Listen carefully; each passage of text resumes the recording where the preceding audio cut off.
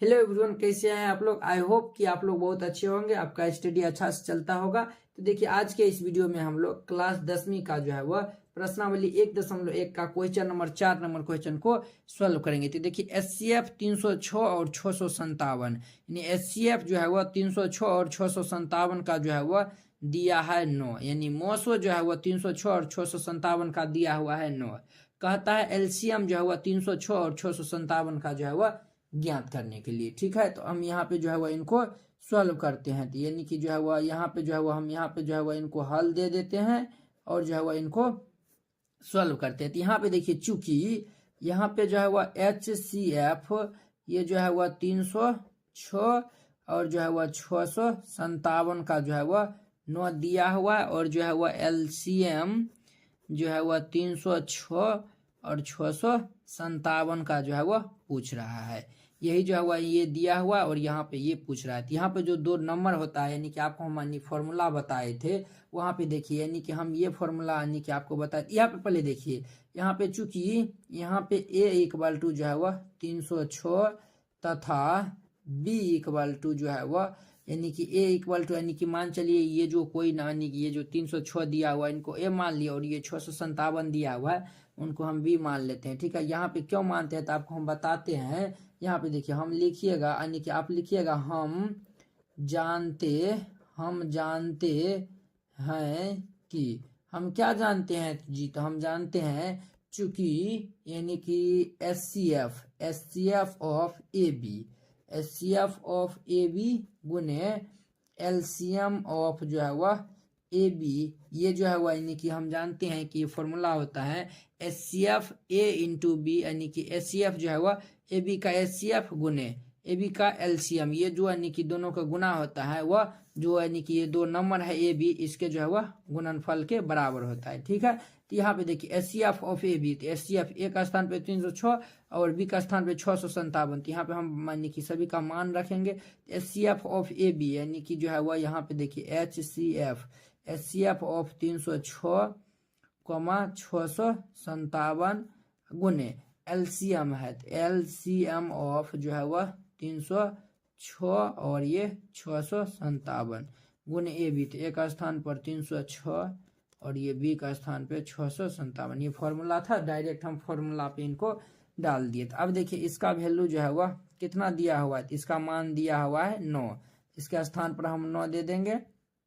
9 गुने LCM of ये हमारा 306 गुने ये 657 इक्वल टू ये देखिए ये 306 गुने ये 657। ठीक है, अब देखिए ये जो है वह ये हमारा कट जाएगा, ये जो है वह 34 बार में कट जाएगा। ये कितना बार में कटेगा, 34 बार में। देखिए 9 तिया 27 और ये 26 यानी कि 9 यानी 36, 9 चौक 36, 34 बार में कट गया। तो देयरफॉर LCM ऑफ ये हमारा 306 और जो है वह 657, 306 और 657, यानी ये दोनों को हम गुना करेंगे। तो आप लोग गुना करिएगा, तो इसको हम गुना कर देंगे। तो देखिए यहाँ पे जो है वो हम गुना करते हैं 6, 5, 7 को जो है वह 3, 4 से गुना करते हैं। तो देखिए 7 चौक 28 8 हासिल 2, 5 चौक 20 2 22 हासिल 2, 6 चौक 24 2 26, और ये देखिए 7 या 21 के 1 हासिल 2, 5 या 15 15 16 17 7 हासिल 1, 6 6 18 19 के 9 हासिल 1, ये हमारा 8 2 1 3 7 6 13 3 हासिल 1। तो ये हमारा 9 2 11 1 12 2 हासिल 1 12, और ये हमारा जो है वह यानी कि देखिए 9 2 11, ये 1 1 2 हो जाएगा जी, ये हमारा हो जाएगा 22 और ये 33 8। दिस इज माय आंसर, यही हमारा फाइनल आंसर हो जाएगा। क्वेश्चन नंबर 5 नंबर क्वेश्चन को सॉल्व करेंगे, तो आप लोग अच्छे से देखिएगा। कहता है कि जांच कीजिए कि क्या किसी प्राकृतिक संख्या n के लिए संख्या 6 पावर n अंक 0 पे समाप्त हो सकती है। ये जो है वो आपको बताना है। चलिए यहाँ पे जो है वो पहले हम यानी कि यहाँ पे जो आपको कुछ समझा देते हैं रफ में। ठीक है, ये जो आप यानी कि नोट करते हैं, नोट नहीं करेगा, ये जो आपको समझाने के लिए हम कर रहे हैं। ये क्वेश्चन हमें ये कहना चाहता है कि 6 पावर n जो है वह अंक 0 पे जो है वह समाप्त हो सकता है या फिर नहीं। ये जो n है, यहाँ पे जो n है वो n क्या है, एक प्राकृतिक संख्या है। क्या है, प्राकृतिक संख्या है। n जो है वो प्राकृतिक संख्या है। तो हम जानते हैं कि प्राकृतिक संख्या है, तो प्राकृतिक संख्या कहाँ से स्टार्ट होता है, तो ये प्राकृतिक संख्या जो है वो हमारा यानी कि ये जो है वो 1 2 3 4 ऐसे जो है वो स्टार्ट होता है, यानी 1 2 3 4 ऐसे जो है वो प्राकृतिक संख्या 1 से स्टार्ट होता है। गिनती की सभी संख्या को हम प्राकृतिक संख्या कहते हैं। तो ये जो है वो ये 1 2 3 4 ऐसे ना हम गिनती करते हैं। तो अब देखिए यहाँ पे n इक्वल टू, अगर हम यहाँ पे n इक्वल टू जो है वो 1 रखते हैं तो 6 की पावर 1 क्या हो गया, 6 हो गया। 6 की पावर 1 क्या हो गया, 6 हो गया। n इक्वल टू जब 2 रखते हैं तो 6 की पावर 2 36 हो जाएगा। जब n इक्वल टू जो है वह 3 रखेंगे तो 6 की पावर 3, तो ये जो है वह 216 के करीब यानी 216 हो जाएगा। यानी कि हम देखते हैं ये जो है वह यानी 6 आ रहा है, 6 आ रहा है, 6 आ रहा है, ये जो है वह 0 नहीं आ रहा है, 0 जो है वह नहीं आ रहा है। अब देखिए यानी कि मान के चलिए ये जो है वह 0 नहीं आ रहा है। मान चलिए हम जो है वह 10 ले लेते हैं, 10 का भाज्य गुणन हम करते हैं, तो 10 का भाज्य गुणन करेंगे तो कितना आया, 2 और 5 आया, ये हमारा 6 है। ये 6 का भाज्य गुणनखंड हम करते हैं तो ये हमारा 2 और 3 आ रहा है। उसी प्रकार मान चलिए हम 20 लेते हैं, तो 20 जब लेंगे तो ये जो है वो हमारा इसका भाज्य गुणनखंड करेंगे तो 2 2 5 यानी 5 10 2 20। यानी यहाँ पे देखिए ये हम यानी ये जो है वो तीनों इसीलिए हम लिए हैं ताकि आपको हम समझा सके। यहाँ पे देखिए ये जो है वो 0 पे समाप्त हो रहा है, ये भी 0 पे समाप्त हो रहा है, ठीक है। तो यहाँ पे देखिए ये जो 0 पे समाप्त हो रहा है, जब इसका अभाज्य गुणन हम किए हैं तो ये 2 और 5 आ रहा है, 2 और 5 आ रहा है। यहाँ पे देखिए ये भी जो है वह 0 पे समाप्त हो रहा है, 0 पे समाप्त हो रहा है, तो यहाँ पे भी जो है वह 2 और 5 आ रहा है। यानी कि हम ये देखते हैं कि जब भी जो है वह यानी कि लास्ट में जब 0 से ये समाप्त होता है, यानी कोई भी संख्या जब 0 से समाप्त होता है, जब उनका अभाज्य गुणनखंड करते हैं तो 2 और 5 आता है। कितना आता है, 2 और 5 आता है, ठीक है। लेकिन यहाँ पे ये जो है वह 6 का अभाज्य गुणन हम किए हैं तो यहाँ पे 2 और 3 आया है, वो 2 और 3 आया हुआ है। यानी कि यहाँ पे जो है वह 2 5 नहीं आके यहाँ पे 2 और 3 आया हुआ है, 2 और 3 आया है। तो हम जाने कि ये जो है वह 2 और 3 आया हुआ है। तो यहाँ पे जो है वह यानी कि जब भी जो है वह यानी कि अंक 0 पे समाप्त होगा, जब 2 और 5 रहेगा तभी जाके वो 0 पे समाप्त होगा, वरना जो है वह 0 पे समाप्त नहीं होगा। तो यही बात जो है हमको लिखना है, तो यहाँ पे आप लोग लिख दीजिएगा। अब जो है वह हल दे के लिख दीजिएगा, हल देकर तब जाके ये लिख दीजिएगा, जितना हम लिखे हैं वो लिख दीजिएगा। देखिए ये जो है आपको इतना हल देकर इतना जो है वो लिख देना है, ठीक है। यानी कि इसीलिए हम ये लिख दिए हैं ताकि जो वीडियो लंबा हो जाएगा। हम देखिए यानी कि हम जानते हैं कि कोई भी ये जो यानी कि आपको हम ऊपर में जितना बताएं वही जो है वो यहाँ पे लिखना है। हम जानते हैं कि कोई भी संख्या 0 पे समाप्त तभी होता है जब हम उनका अभाज्य गुणनखंड करते हैं, तो कम से कम जो है 2 गुने, जब देखिए यहाँ पे जो है हम अभाज्य गुणनखंड किए हैं तो 2 गुने 5 के रूप का होगा, तभी जाके जो है वो जो है वह अंक 0 पे समाप्त होता है। तो यही हम यहाँ पे लिखे हैं, कम से कम जो है 2 गुने 5 का रूप का होगा। यहाँ पे 6 का अभाज्य गुणनखंड किए हैं तो 2 गुने 3 आया हुआ है। 6 का अभाज्य गुणनखंड 2 गुने 5 के रूप का नहीं है। ये जो 6 का जो अभाज्य गुणन किए हैं 2 गुने 3 के रूप का है, बल्कि जो है 2 गुने 5 के रूप का नहीं है। तो हम यहाँ पे लिख देंगे, अतः किसी भी प्राकृतिक संख्या n के लिए संख्या 6 की पावर n अंक 0 पे समाप्त नहीं हो सकते हैं। तो आई होप कि आप लोग ये क्वेश्चन बहुत ही अच्छा तरीका से समझ गए होंगे। तो चलिए अब हम नेक्स्ट वीडियो में मिलते हैं क्वेश्चन नंबर 6 नंबर क्वेश्चन के साथ। अगर यह वीडियो आप लोग को अच्छा लगा होगा तो लाइक कमेंट एंड अपने दोस्तों के बीच शेयर कीजिएगा। तो चलिए हम नेक्स्ट वीडियो में मिलते हैं। जय हिंद। हेलो एवरीवन, कैसे हैं आप लोग। आई होप कि आप लोग सब अच्छे होंगे, मस्त होंगे, स्वस्थ होंगे, अच्छे से सभी मन लगा के पढ़ाई करते होंगे। आज के इस वीडियो में हम लोग क्लास 10वीं के जो है वो हम वास्तविक संख्या प्रश्नावली 1.1 का क्वेश्चन नंबर 6 नंबर क्वेश्चन को सॉल्व करेंगे। तो देखिए कहता है व्याख्या कीजिए कि, ऊपर में यानी कि आपको क्वेश्चन दिखता होगा, कहता है व्याख्या कीजिए कि 7 गुने 11 गुने 13 प्लस 13 और 7 गुने 6 गुने 5 गुने 4 गुने 3 गुने 2 गुने 1 प्लस 5 भाज्य संख्या है, क्यों है। यानी कि हमको ये बताना है कि ये जो है वो भाज्य संख्या है तो क्यों है, ठीक है। तो चलिए इनको जो है हम सॉल्व करते हैं। तो यहाँ पे हल दे दीजिएगा, और ये फर्स्ट नंबर क्वेश्चन यहाँ पे यानी कि इसमें 2 पार्ट दिया हुआ है। तो यहाँ पे जो है वह दिया है, पहले लिख दीजिएगा, दिया है, पहले हम एक पार्ट को जो है वह सॉल्व करते हैं, ठीक है। तो ये जो है वो यानी कि हमारा है 7 गुने 11 गुने 13 प्लस ये 13, ये क्वेश्चन दिया हुआ है।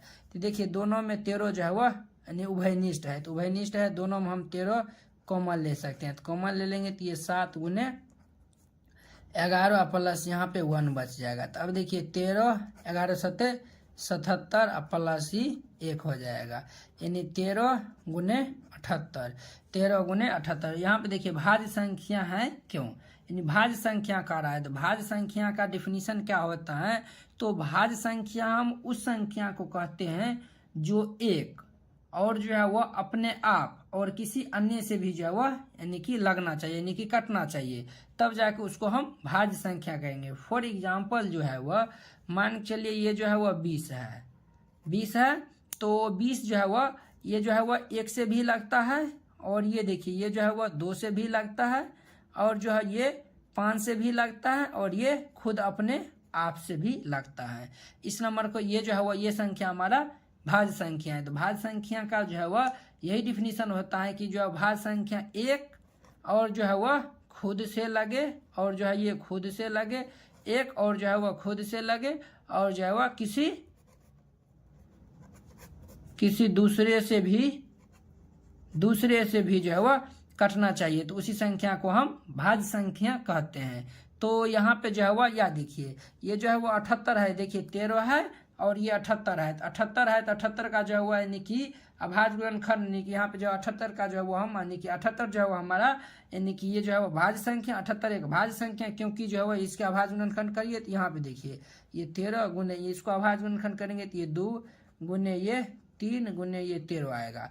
अब देखिए ये जो संख्या है वह भाज्य संख्या है। क्यों भाज्य संख्या है, क्योंकि जो देखिए यहाँ पे जो है वह यानी कि इसका जो है यानी कि 1 2 3 4 फैक्टर आ रहा है, यहाँ पे जो कम से कम जो है वह 3 आना चाहिए, 3 से ज्यादा आ गया तो वो जो है वह भाज्य संख्या होगा ही होगा। तो यहाँ पे हम लिख देंगे, यहाँ पे जो है वो हम लिख देंगे, यहाँ पे जो है यानी कि हम लिख देंगे यहाँ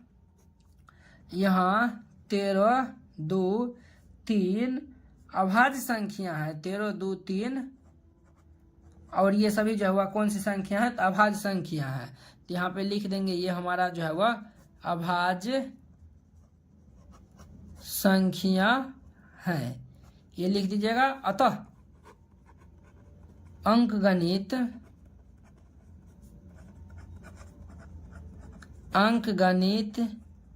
के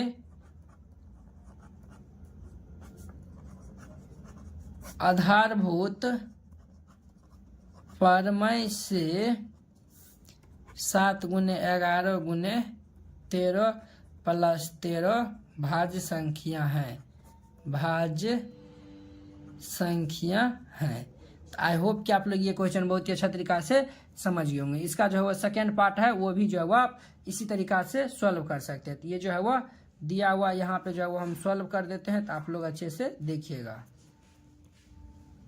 ये दिया हुआ है 7 गुने 6 गुने 5 गुने ये 4 गुने ये 3 गुने 2 गुने 1 प्लस 5। देखिए ये भी 5 ये भी 5 कॉमन मिला है तो कॉमन ले लेंगे। 7 गुने 6 गुने 4 गुने 3 गुने 2 गुने 1 प्लस ये 1, ये इतना बच जाएगा। अब देखिए 5, ये इस सभी को जो है वो हम गुना करेंगे, तो इस सभी को गुना करेंगे तो ये हमारा 1008 आएगा, प्लस 1 है तो 1, ये 1009 आया हुआ है, 1009 आया हुआ है। यहाँ पे देखिए 5 और 1009 भी जो है वह अभाज्य संख्या, तो यहाँ पे हम लिख देंगे यहाँ जो है वह यहाँ 5 1009 अभाज्य संख्या है, अभाज्य संख्या है। आप बताए थे कि सर, आप तो अभी बताए थे कि जो है वह यानी कि 3 गुणनखंड कम से कम होना चाहिए, एक खुद और किसी दूसरे। तो यहाँ पर चलिए 1 से हम गुना कर देते, देखिए 1 2 3 को पूरा गया, तो यानी कि यही लिख सकते हैं। तो यहाँ पे आप लिख दीजिएगा अतः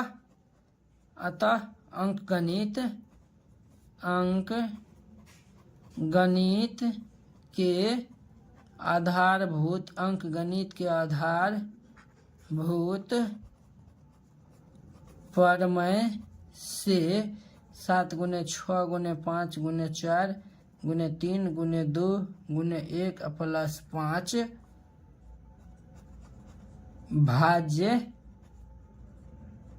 संख्या है, यही लिख दीजिएगा। और ये 2 नंबर में आता है, 2 नंबर आपको मिल जाएगा। इसी खेल के मैदान के चारों ओर एक वृत्ताकार पथ है, यानी कि एगो खेल का मैदान है, उसके चारों ओर जो है वह एक वृत्ताकार जो है वह पथ है। इस मैदान का एक चक्कर लगाने में सोनिया को 18 मिनट लगते हैं। इस मैदान का जो है वह एक चक्कर को लगाने में सोनिया को 18 मिनट लगते हैं। जबकि इसी मैदान का एक चक्कर लगाने में रवि को 12 मिनट लगते हैं। वही मैदान का जो है वह रवि को एक चक्कर लगाने में 12 मिनट लगते हैं। कहता है मान लीजिए वे दोनों एक ही स्थान और एक ही समय पर चलना आरंभ करके एक ही दिशा में चलते हैं, कितने समय बाद वे पुनः प्रारंभिक स्थान पर मिलेंगे। चलिए ये क्वेश्चन कहता है, ये जो है बहुत ही सिंपल क्वेश्चन है, तो आपको कुछ नहीं करना। ये जो है वो 18 और 12 का जो है वो आप एचसीएफ ले यानी एलसीएम ले लीजिए, इसका जो है वो आंसर फाइंड हो जाएगा। तो यहाँ पे जो आप सबसे पहले यहाँ पे जो है वह क्या करिएगा, तो यहाँ पे जो है वह हल लिख दीजिएगा, ठीक है। फिर जाके क्वेश्चन को सॉल्व करिएगा। तो यहाँ पे जो है वह यहाँ पे लिख दीजिएगा एक चक्कर में सोनिया 18 मिनट लेती है। ये जो सोनिया नाम का जो एक लड़की है वह एक चक्कर लगाती है वृत्ताकार पथ में, यानी वृत्ताकार जो पथ बना हुआ है वह एक चक्कर लगाती है, तो उसका यानी 18 मिनट का जो है वह टाइम लेती है, ठीक है। वहीं पे जो है वह रवि नाम का जो एक लड़का है वह कितना मिनट लेता है, रवि एक चक्कर में 12 मिनट लगाता है। रवि वहीं पे जो है वह रवि नाम का जो लड़का है वह एक चक्कर में जो है वह 12 मिनट लगाता है। तो यहाँ पे हम लिख देंगे वे, यानी कि कहता है दोनों एक ही स्थान पे, तो यहाँ पे लिख देंगे वे दोनों एक ही स्थान पर, उसका हम आपको बताए थे एलसीएम ले लीजिए 18 और 12 का। 18 और 12 यानी कि एक ही स्थान पर इतना, यानी 18 और 12 ये मिनट लिख दीजिए यहाँ पे, मिनट के बाद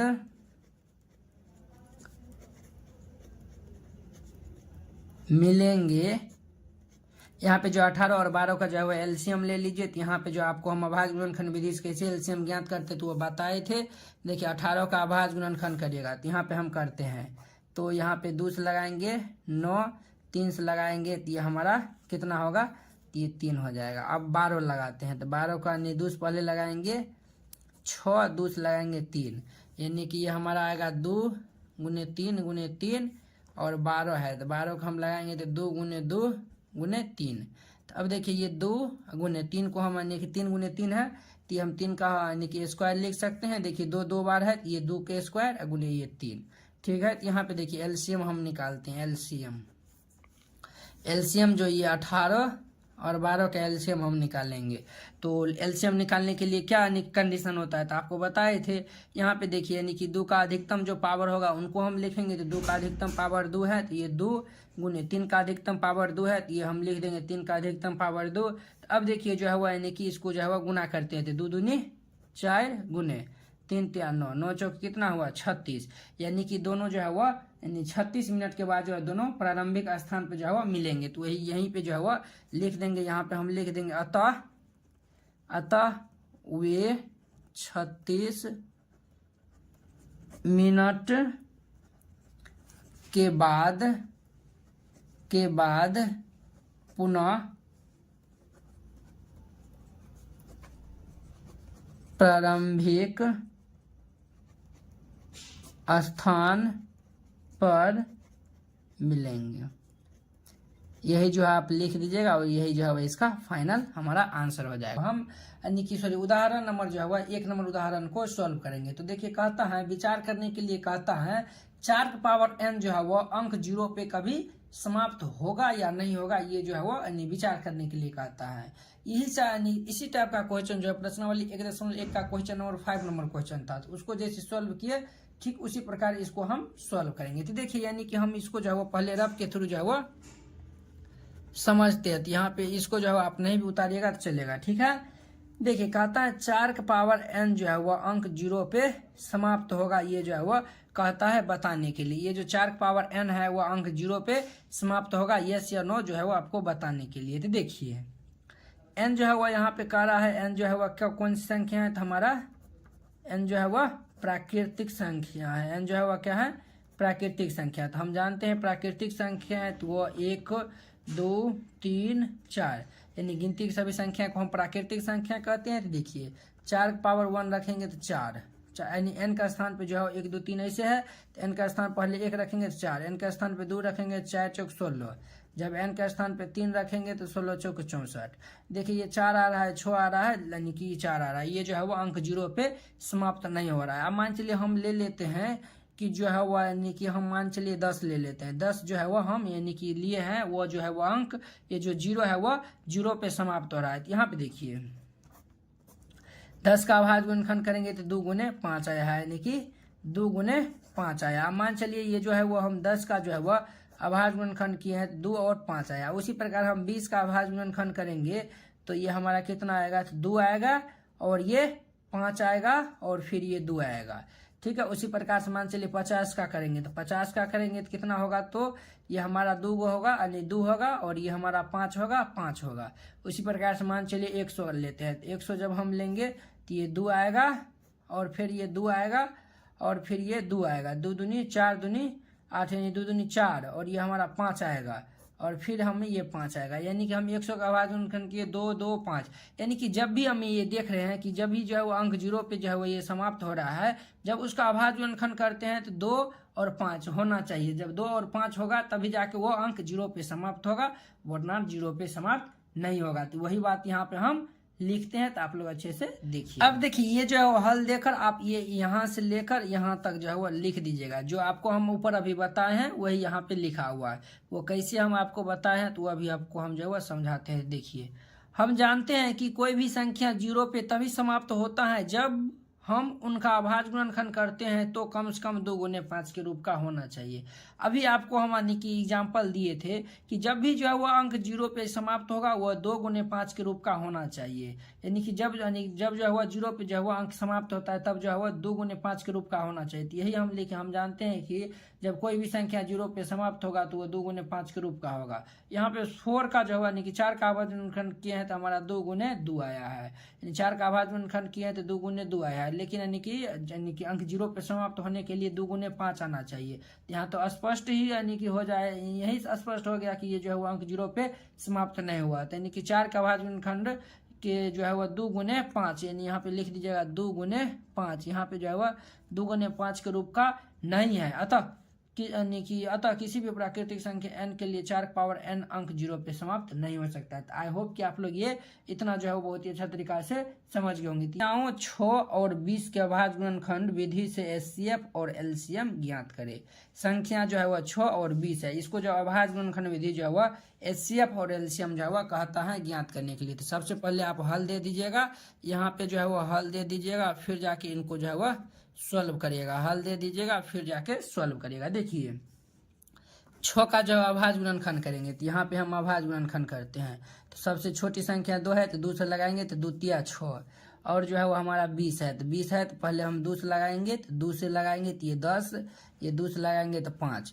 देखिए यहाँ पे 6 है तो ये 2 गुने 3, 20 है तो ये हमारा 2 गुने 2 गुने 5, ठीक है। अब देखिए हमारा कहता है एचसीएफ और एलसीएम कहता है निकालने के लिए। तो सबसे पहले कहता है एचसीएफ, तो एचसीएफ हम निकालते हैं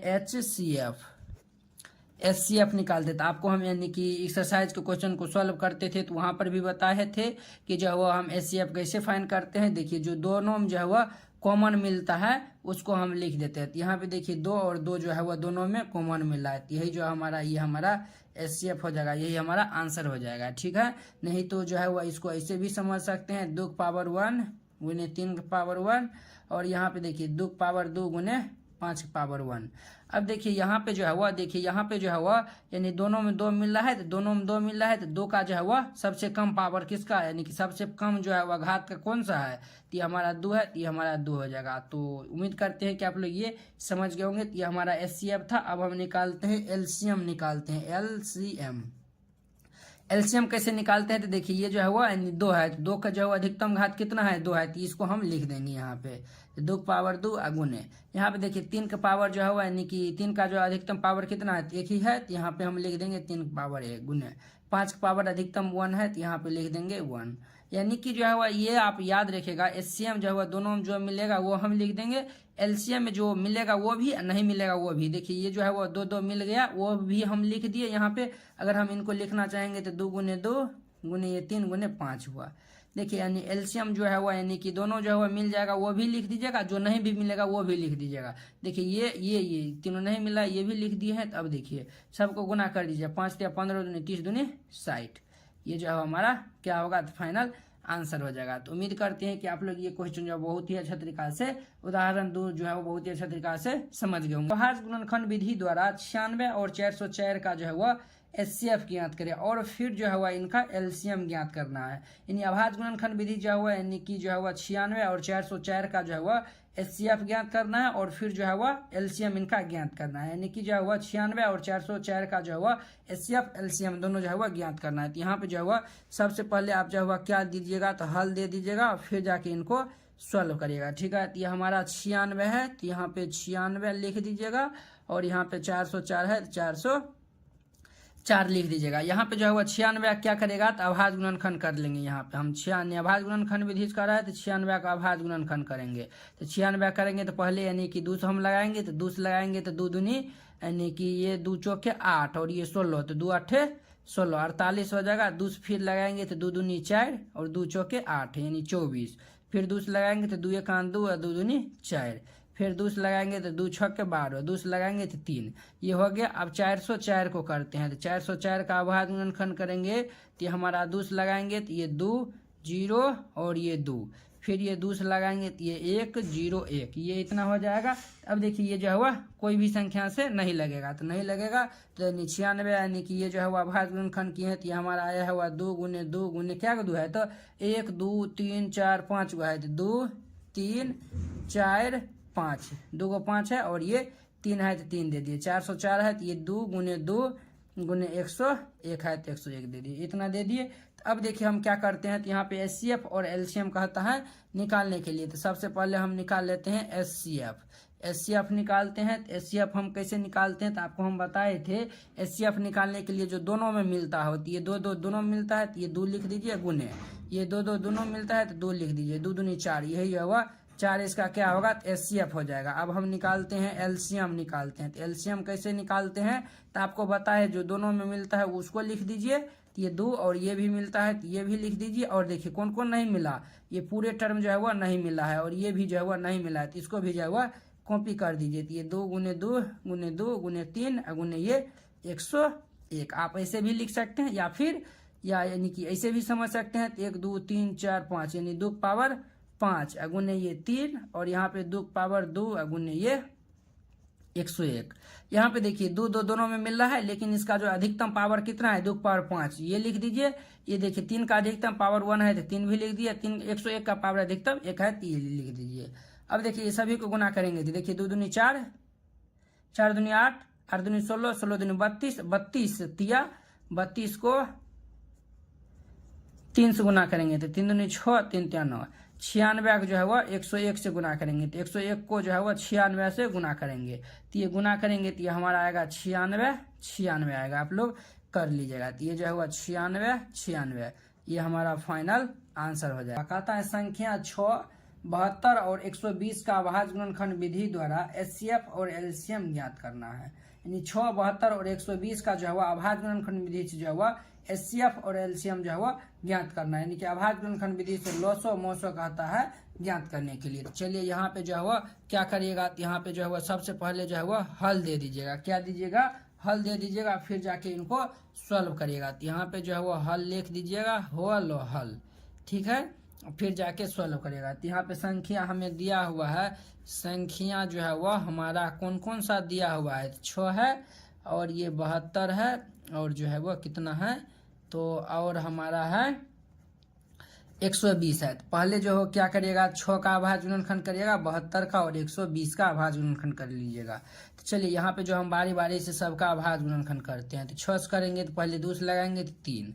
अब 72 का करेंगे तो 72 का करेंगे तो ये हमारा 2 पहले लगाएंगे, तो 2 लगाएंगे तो ये 36 हो जाएगा। फिर ये 2 लगाएंगे तो ये 18 हो जाएगा। फिर 2 लगाएंगे तो ये 9 हो जाएगा और ये फिर 3 लगाएंगे तो 3 हो जाएगा, ये हो गया। अब 120 लगाएंगे तो 120 का अभाज्य गुणनखंड करेंगे तो ये जो है वो पहले 2 लगाएंगे तो 60 दूनी 120, फिर 2 लगाएंगे तो 30 हो जाएगा।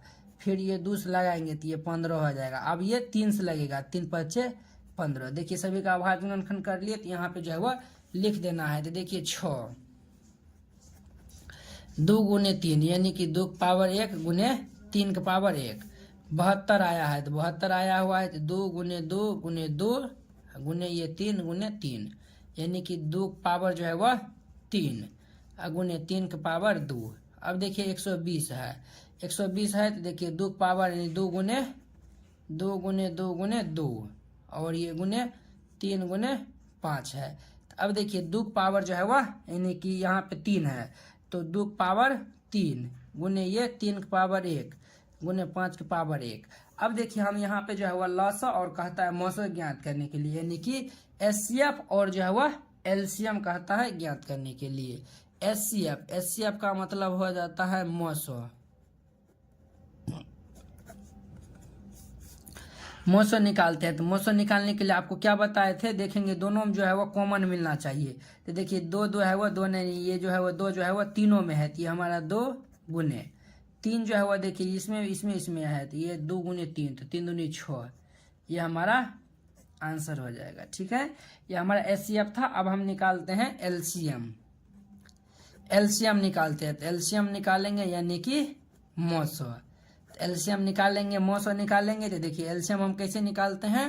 तो एलसीएम निकालने के लिए हम देखते हैं कि ये देखिए ये हमारा 2 और 3 मिला है, तो 2 का देखेंगे अधिकतम पावर ये तीनों में कौन सा है, तो 2 का पावर 3 है, तो 2 का पावर 3 और देखेंगे 3 का पावर अधिकतम कितना है, तो 3 का पावर 1 3 का पावर 2 3 का पावर 1, तो 3 का पावर 2 है 3 का पावर 2। अब देखिए हमारा 5 बचा हुआ है, तो 5 का पावर 1 लिख देंगे, तो 2 का पावर 3 2 दूनी 4 दूनी 8 3 तिया 9 5 8 5 से 40, 40 को 9 से गुना करेंगे तो 9 चौके 36 360 हो जाएगा। 360 ही हमारा क्या होगा, फाइनल आंसर हो जाएगा। तो उम्मीद करते हैं कि आप लोग ये क्वेश्चन जो बहुत ही अच्छा तरीका से समझ गए होंगे। तो चलिए अब हम अगले वीडियो में मिलते हैं। तो ये देखिए प्रश्न यानी उदाहरण नंबर 4 जो है आपको बता दिए हैं। अब हम यानी कि प्रश्नावली 2.1 के यानी कि पहले जो है वो यानी 2.1 में जितना भी क्वेश्चन है वो आपको बता देंगे, फिर जाके जो है एग्जाम्पल को आपको सॉल्व करवा देंगे, फिर जाके नेक्स्ट चैप्टर हम स्टार्ट करेंगे। तो आई होप कि आप लोग ये क्वेश्चन बहुत ही अच्छा तरीका से समझ गए होंगे। चलिए अब हम नेक्स्ट वीडियो में मिलते हैं। अगर यह वीडियो आप लोग को अच्छा लगा होगा तो लाइक कमेंट एंड अपने दोस्तों के बीच शेयर कीजिएगा। तो चलिए अब हम नेक्स्ट वीडियो में मिलते हैं। जय हिंद।